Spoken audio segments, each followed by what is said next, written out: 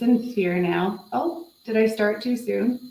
Now it says we're live. Anyway, welcome everyone to this month's Ore-atory. Today I have my friend and advisor and coach and mining industry extraordinaire for RFP negotiations and collaborations and understanding human behavior, Jason Fearnow. So thank you for being here, Jason.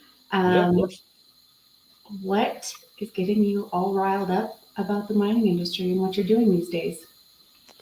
You know, it's a bit of a loaded question, but what's getting me riled up and excited?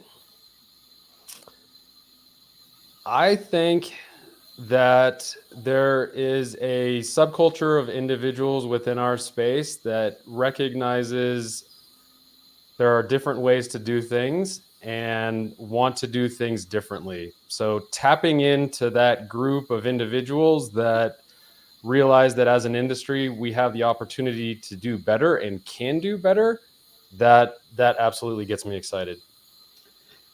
Well, you know, I love that. And I'm totally, I hope, part of that subculture and advocating for it at the very, very least. And I think it's really important that we talk about it. And I think that there's a lot that goes into it. And there's so many areas that contribute to doing it better that we have a lot to talk about today. The goal sort of is talking about developing the next generation of leaders, which from my perspective feeds right into that subculture where perhaps they're bringing, you know, sort of all rising tides lift all boats situation, where if we have enough of us kind of advocating for doing good, that next generation is being developed in a mindful way that does things differently and better. What do you think about that? It makes me think of a statistic that you toss out there sometimes in terms of the amount of folks that are going to be leaving the industry within a short period of time. And if you have the stat, you can rip it out, or I don't need to put you on the spot. But the point is that we're here as a new generation, whether we like it or not, because the older generation of folks within the industry are leaving the industry, whether it's retiring or moving on. You know, they are leaving. So it's really us that's the new generation. Yeah, I agree. And, you know, I actually have some new statistics that I don't remember off the top of my head, but the sort of traditional statistics look like 55% of our workforce is over the age of 55 or older in the US and Canada. And so that really looks like a massive amount. And then there's like even more than that are like older than 65 that are, you know, retiring out or moving towards board roles or advisory. And so we're definitely seeing that. You know, I think it's been termed as the gray tsunami, but we've certainly been seeing that pretty actively in our work for the last 2 to 3 years. So it's intense. Yeah, for sure. I go into meetings now and I'm like, I'm 45 and I'm the old guy. Like, what is actually happening right now? But I do think that gives us a lot of opportunity, and I like that. And I think we're here to talk a bit about coaching and mentoring and you know, my passion around that and yours as well. And that's what I get excited about, because it is folks that look like us, sound like us, talk like us, that are stepping into leadership roles. With the coaching, with the mentoring, that allows us the opportunity to help them develop, to help them grow in a way that we see as positive. So maybe it's a little bit sneaky in the sense that we get to influence the changes within the industry, but the reality is it's true. We've got a very strong opinion about how things can be done better, and through coaching, through mentoring, we have the opportunity to flesh out some of those ideas, as well as help people, because that's really what it's all about anyway. Well, I think you and I both like the idea of helping people. I think we both like the idea of doing things differently and doing things better. But let's dig into how to do that through some coaching and mentoring. How do you approach sort of putting your thumbprint perhaps on some of this stuff to make the impact that is desired from our subculture as you're doing coaching and mentoring with individuals you work with? Yeah, no, good question. I think it really depends. It really depends on what the individual wants. My expertise within the industry, as you alluded to earlier, is really within the project development space of creating RFPs, negotiating contracts for major capital development. So if folks want to learn more about that, then you speak specifically to that topic. But it really comes down to what people want, because that's not what everybody loves and gets excited Right. about. I get that that's atypical. So it's really just understanding who you're speaking with, understanding what it is they want, where they want to go, where they want to develop, where their opportunities are. And then it's focusing on them as an individual, and really helping them round out that skill set that they may have that they want to develop. And I guess a question that I think about all the time, perhaps because of my lens in being a recruiter, Sure. there are a lot of individuals, I think, at this stage of their career that you alluded to, 40, 45, perhaps all the way up to 55. So, I think maybe about 30 to 45 would be pretty ripe for pursuing coaching, mentoring, etc., so that they can develop. And often those individuals haven't had the exposure to significant management opportunities. And so their leadership skills or other areas are perhaps lacking. How do we sort of upskill them in a way that's meaningful both for themselves as professional development and also to impact the organization? Yeah, sure. Look, I think a lot of people find themselves in that situation. You just the way that it kind of works is you go to college, you come out, you start the industry, you start working, you start gaining some skills. And then I know what happened to me specifically is by the time I was 30, I had hit all of the milestones. I had the wife, the white picket fence, the kids, the career, but I didn't really know where to go. I was really, really lucky and very fortunate that I had people at that time in my life in the industry that took me under their wings, and they're like, okay, we're going to show you, this other side of things. We're going to develop you. We're going to coach you. But that's not the norm. Right. So for folks that are in that area, it's really about finding someone that they look up to, someone that's been there, that's done that, someone that can help them understand what it is that they want to learn. So it's really about identifying that person that has been there, done that for what you want to do. I don't know what your circumstances were or what your experience was. Obviously, your dad played a big part in your early career, and we've talked about that. And not to say that he doesn't now still, but in that kind of that time frame that we're talking about, I don't know specifically what your experience was. I had really awesome opportunities to always work with people that were older and smarter and better at everything than I was. And, when I decided that I wanted to learn how to snowboard, I was like 23 coming out of college, and I was like, I'm going to switch from skiing to snowboarding. And everyone I knew snowboarded. And so in order for me to have a good day on the mountain, I needed to get good really quickly. And so that was just a drive for me, but like surrounding yourself with people that are better, smarter, different thinkers, etc., athletic, whatever pursuits you want to do, I think have always really influenced me. And so I've had that opportunity, thankfully, because my dad created a platform for me to work within where I had access to individuals who I could ask questions to and look at as mentors, although some of them may never know that they were a mentor to me necessarily. And so that was sort of my take on trying to be better at everything that I did, but also massive inferiority complex. Saying, I'm young and female and non-technical. Like, how do I establish credibility within an industry where that's not the norm? And so I really needed to lean into that, and I guess I did. But part of it has now more purposefully been seeking executive coaching and mentors and others that I really do say, hey, I'm leaning on you for some support. And I think that there's a lot of value in that. I didn't necessarily ever like asking for help and still struggle with it, but this is sort of an area that I encourage others to do. But it impacts everything that you do moving forward. And so I guess a question that I kind of want to put out to our audience just for some engagement is, how has coaching or mentoring benefited you in your professional development? So take your time, put that in the comments. Jason and I are going to keep talking. But, you know, I think starting from there and pushing a little bit more forward, I think Jason probably has some interesting ways of you know, being a coach and helping others and leaning in towards that professional development side.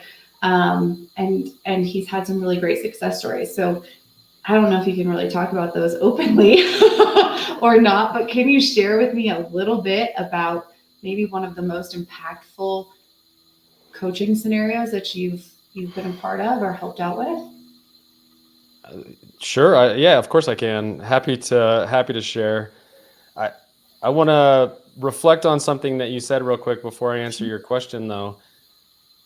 You talked about snowboarding and needing to get good fast, and that makes a ton of sense.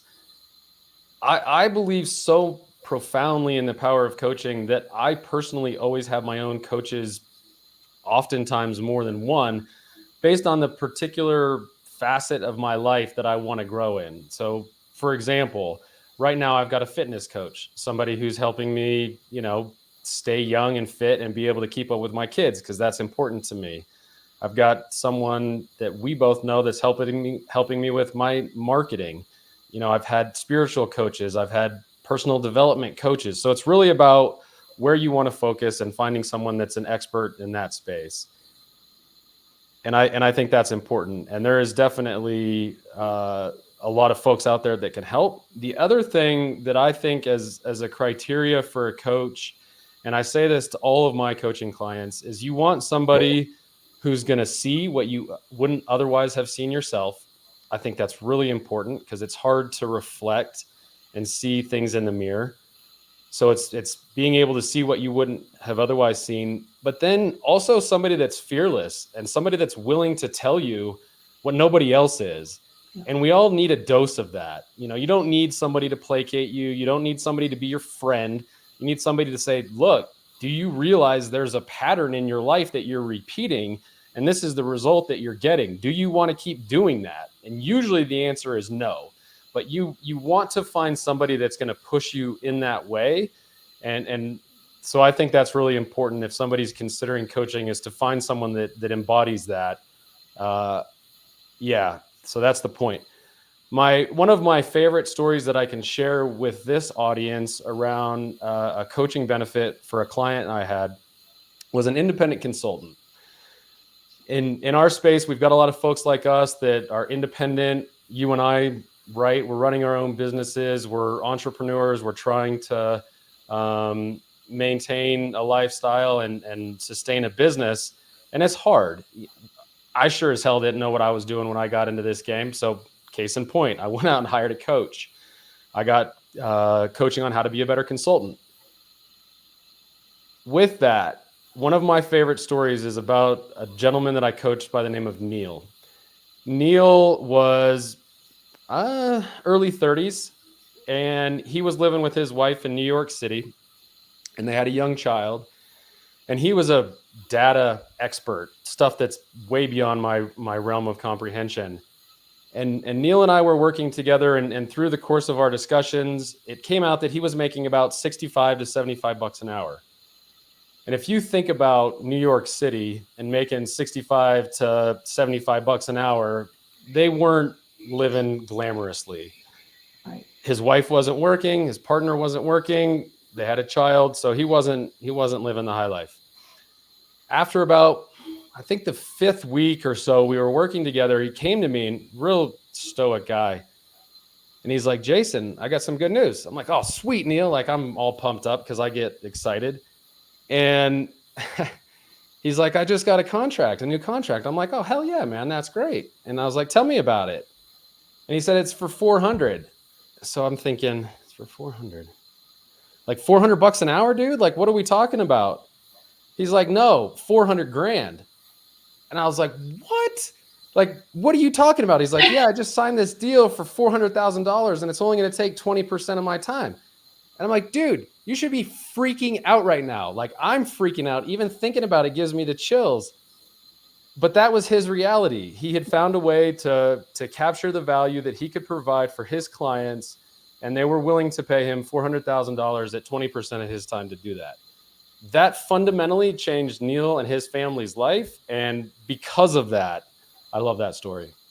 I love that story. That's great, right? I love it. I get excited thinking about it, and it makes me so happy that he was able to do that.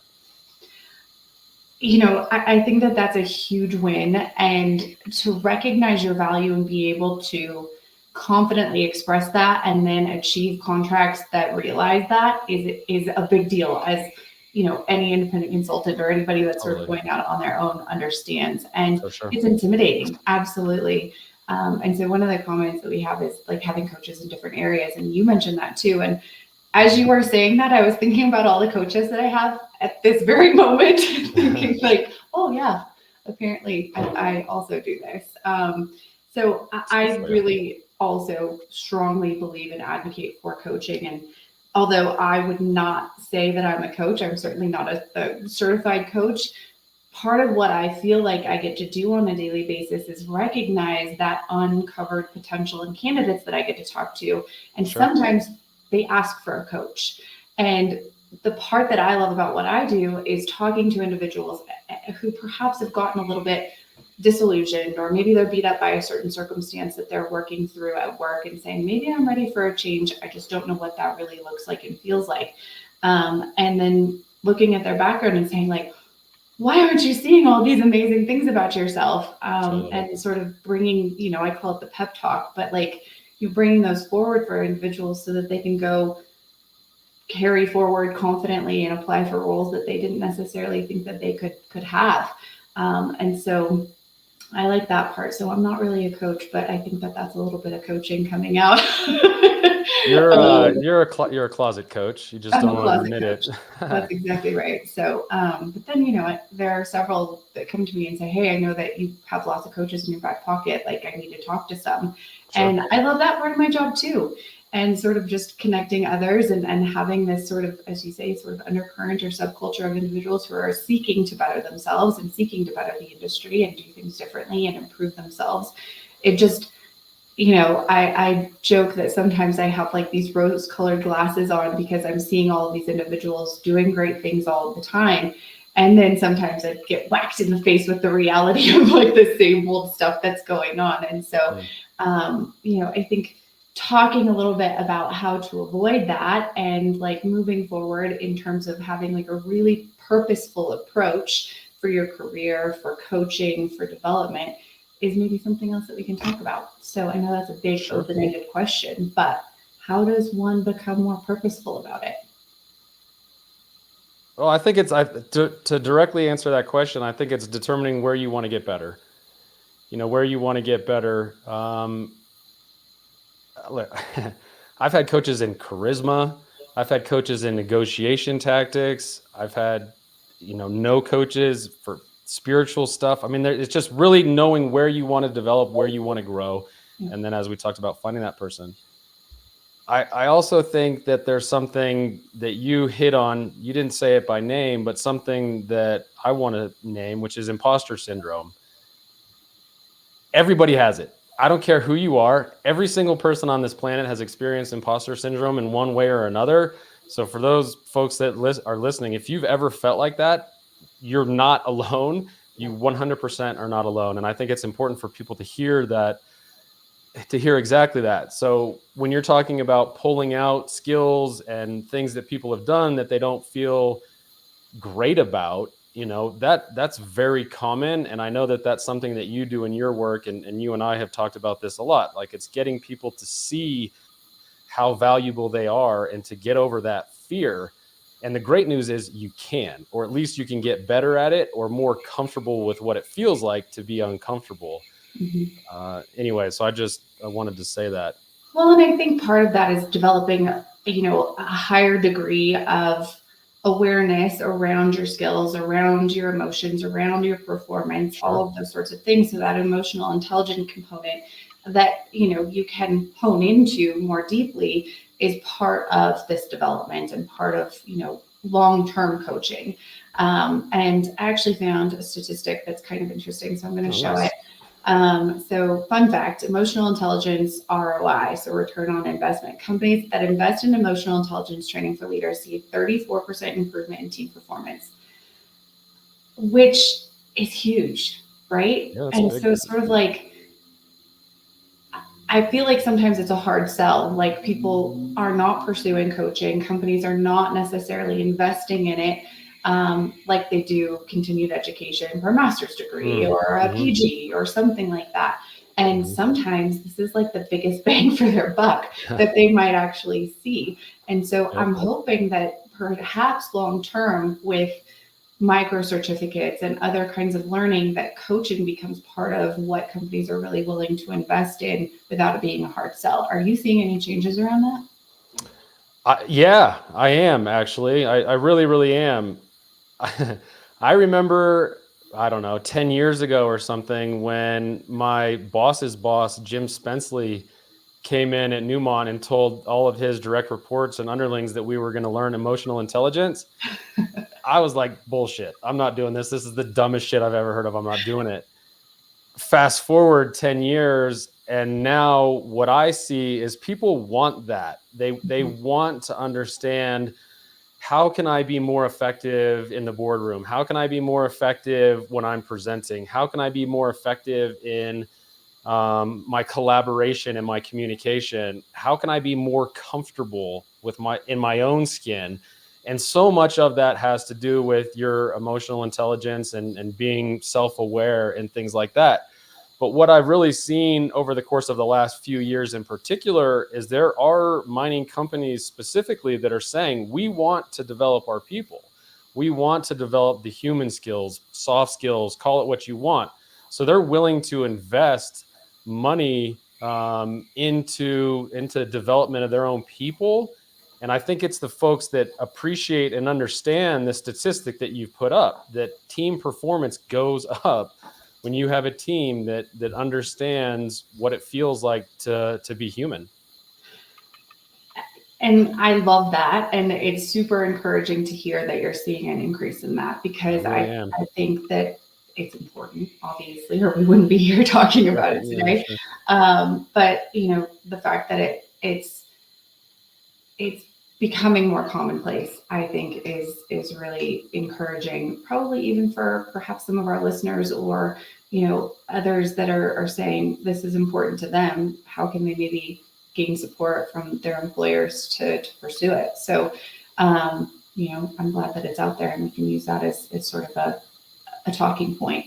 One of the other things that I sort of wonder about is, are there any traits or skills that you see routinely in your clients that you're coaching, or from companies that are asking you to upskill or coach somebody, that are desirable? Like, are there ones that you can name off the top of your head where they're like, we need to have these 3 things? I would say presence, charisma, and self-confidence. Okay. Tell me how self-confidence and charisma are different. Sure. I think charisma is how you portray yourself outwardly, and I think self-confidence is how you feel internally. And sometimes you can do both, but not really feel them, right? Yes, you can fake it till you make it, right? I just saying, I think sometimes you have to fake it till you make it. But it's interesting that you say those, because I always get like the list of soft skills, so to speak, from our clients that say, like, we need this executive to have, the ability to present, or great writing skills, or whatever they might be. That's not a soft skill, but they'll come up with whatever it might look like.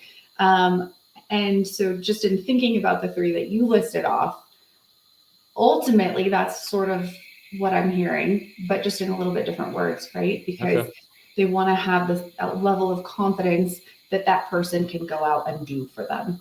And all three of those sort of put it together. So interesting. I look at that. That's cool to hear that people want that, because I think in my travels, what I've discovered is those are the traits or characteristics. There's others, but those in particular, if you have somebody that has presence, that has gravitas, that you feel when they walk in the room, that says something. And if they know how to react to a situation rather than just responding, that to me is presence. And then if you're also charismatic, you know how to get your opinion across, you know how to influence or guide people. But then at the same time, you've got to have self-confidence. I actually think that's the hardest part of all of this. It is for me, for sure. Presence and charisma are learned. Self-confidence is as well. But my experience is it's personally, that's harder for me. And I think that it's harder for other people as well. But the good news is all of them are things that you can learn and develop and practice and grow over time. I know that you and I have both read the book, The Charisma Myth.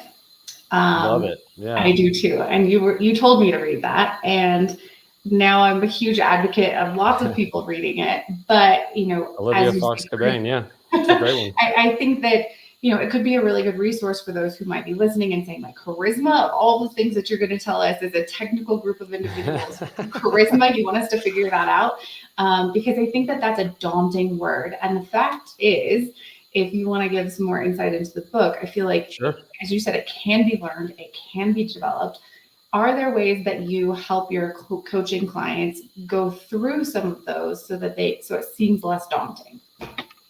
Yeah, I'm so happy to hear that you're recommending that book. I love that book. When it was recommended to me, I kind of had the same reaction as emotional intelligence. I'm like, I'm not doing that.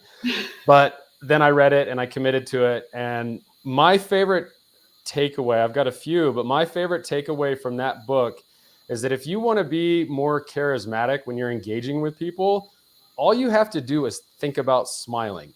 You don't even have to smile. You just have to think about smiling. And when you do, that exudes additional charisma.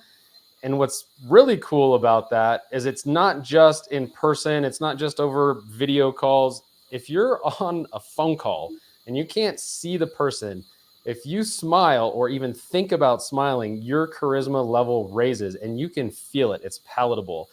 And I think that's really cool. I generally feel like I'm a smiley person, but I would never have said prior to reading The Charisma Myth that I'm a super charismatic person.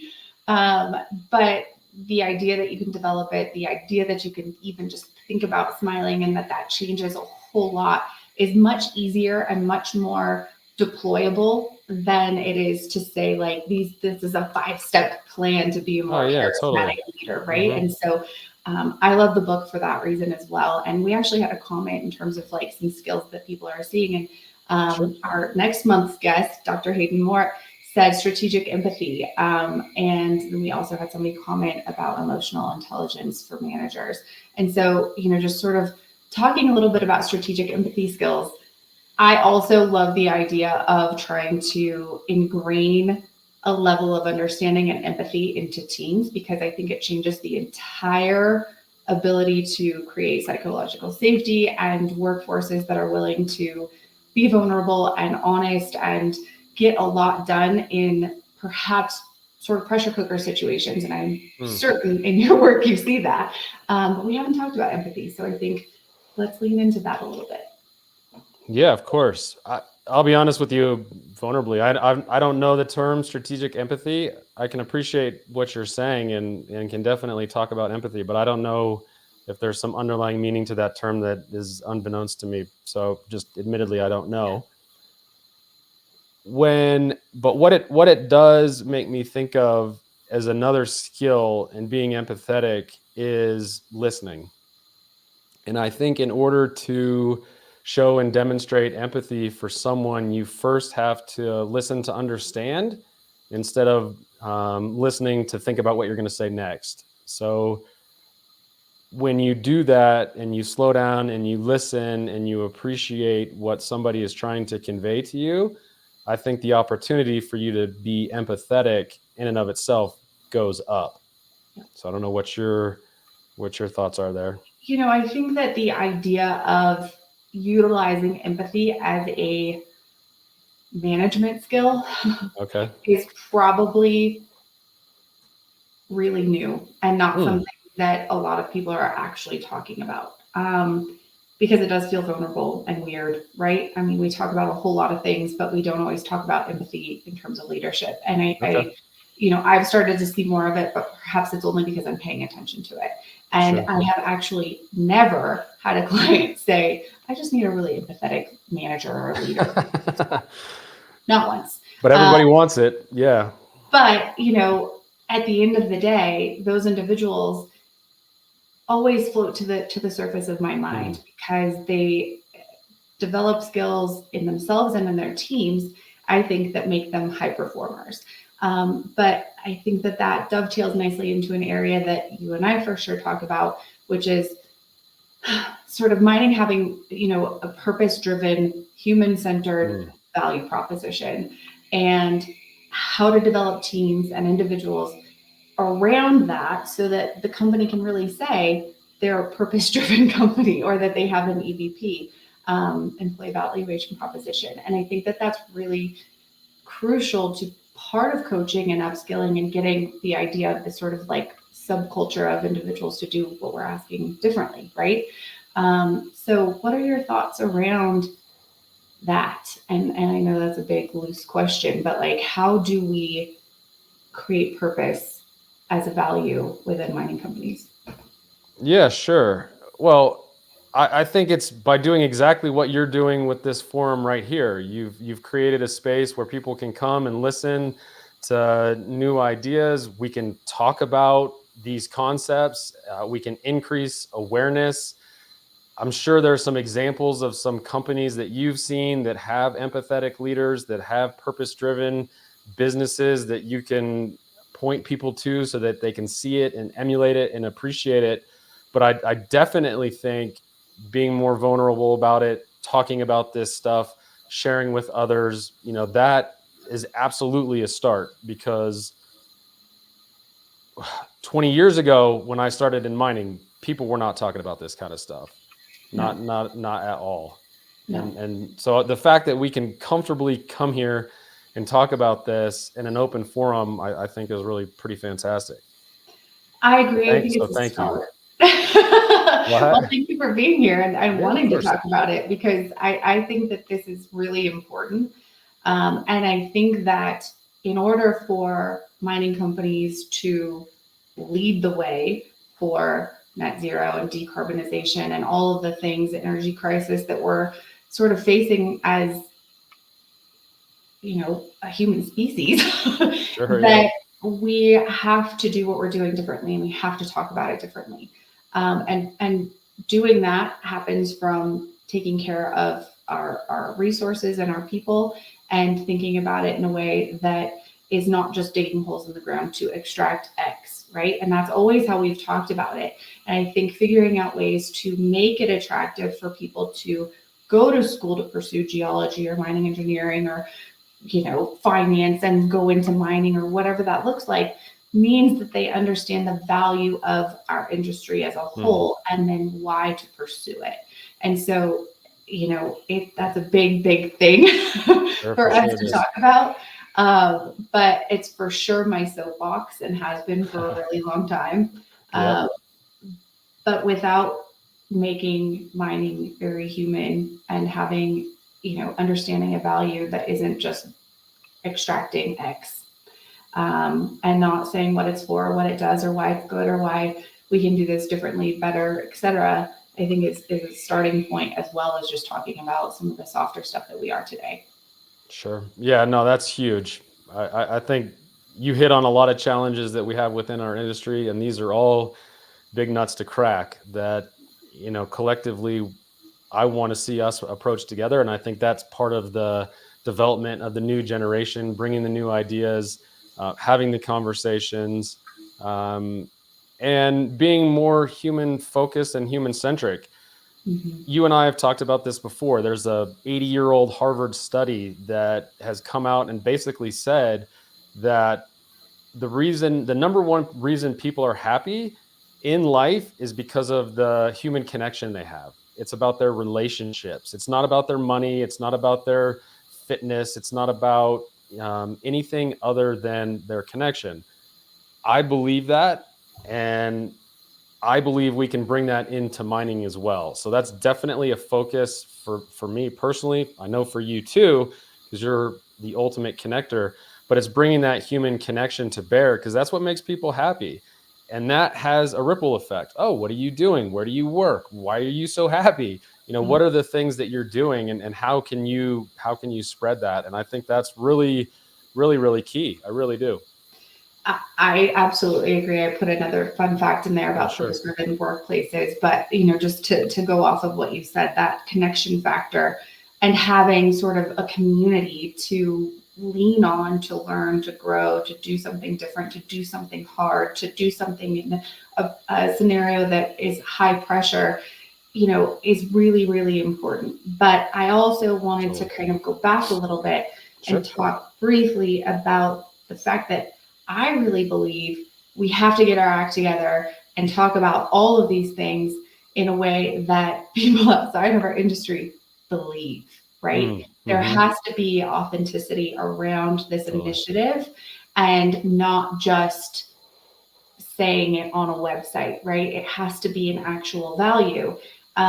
Because otherwise, and I think that without doing that, that companies that do have really strong value propositions or purpose, that those will be the winners of getting talent drawn into them, and getting the best talent drawn into them, and attracting individuals to go to school to go work for them.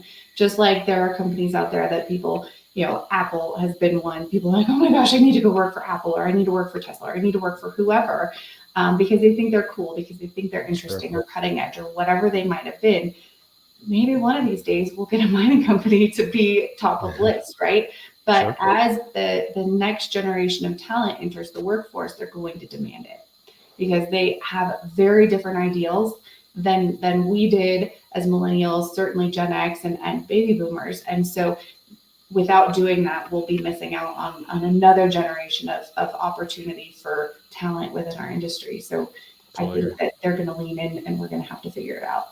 So doing it early and being an early adopter goes to the benefit of that, and letting other people learn from it too as case studies. So I'm sure there's lots of other stuff we can talk about around that. But I guess looking at time, we're supposed to keep this roughly to 30 minutes, and you and I could talk all day.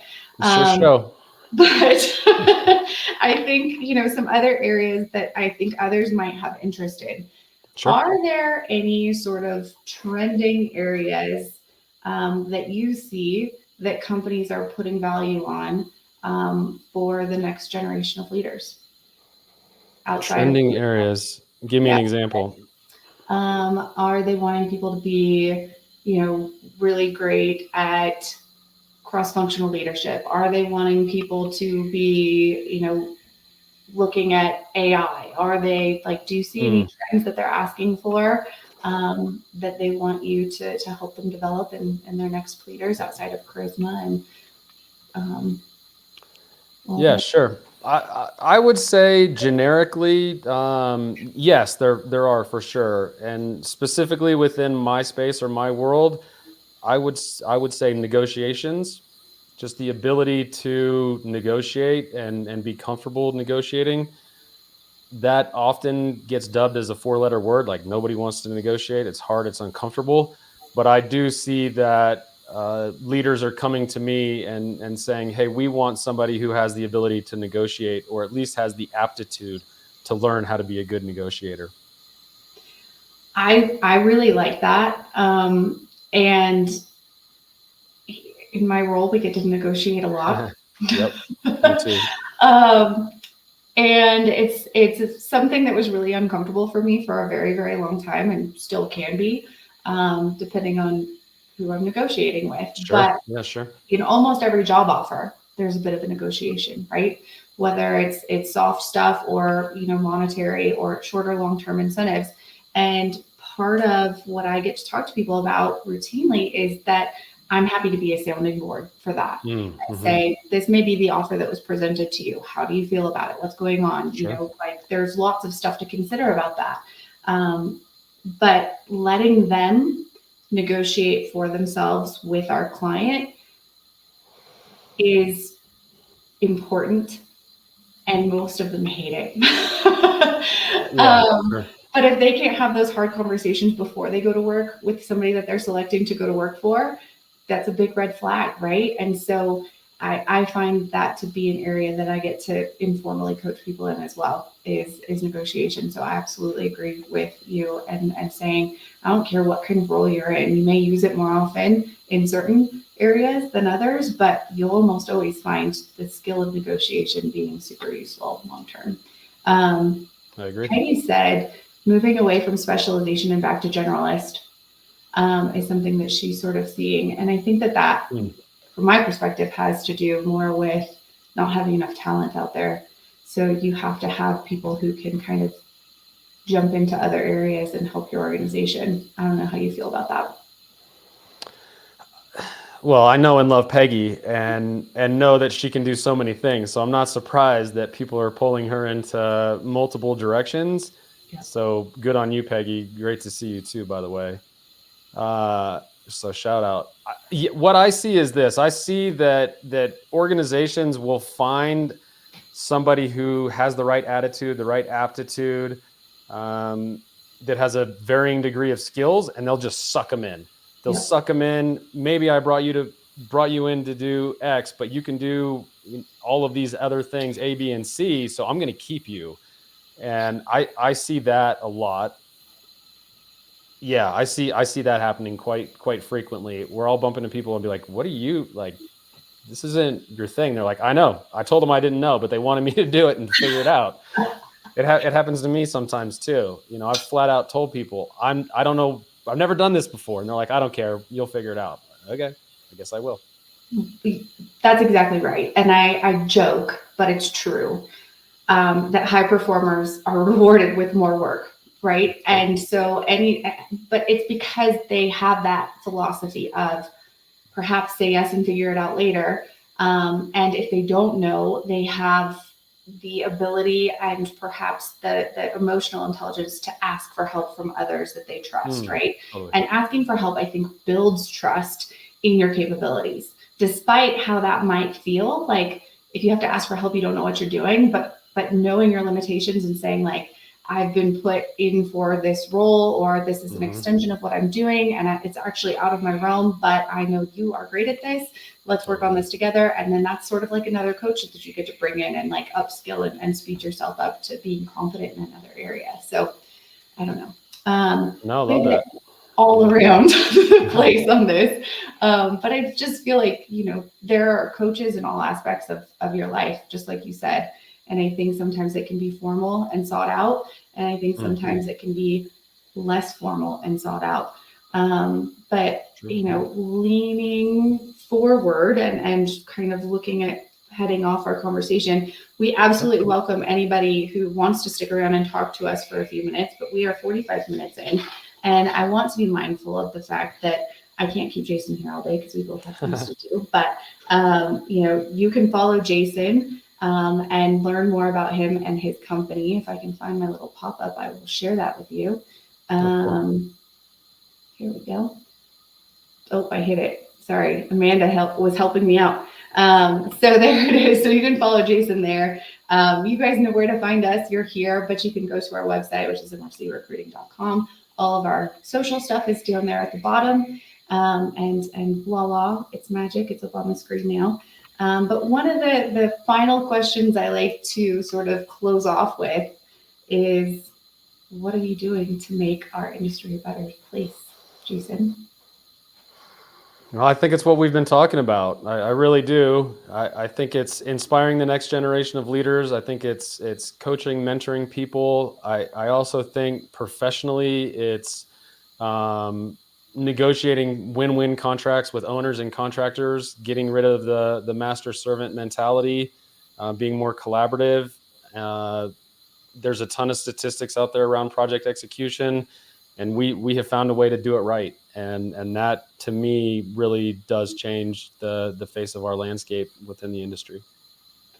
Well, I love that. And I feel like it's really refreshing to have that be an option out there, on top of everything else we've talked about. But, it doesn't always have to feel as hard as some people like to make it in those circumstances.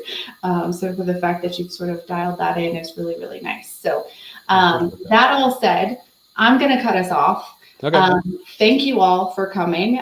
We will hang out for a few minutes, see if there are any questions or if anybody wants to dive into anything. So I'll go into the comments area. I'm sorry we can't see your faces live, but shoot us some messages and we would be happy to answer them. And thank you again for being here.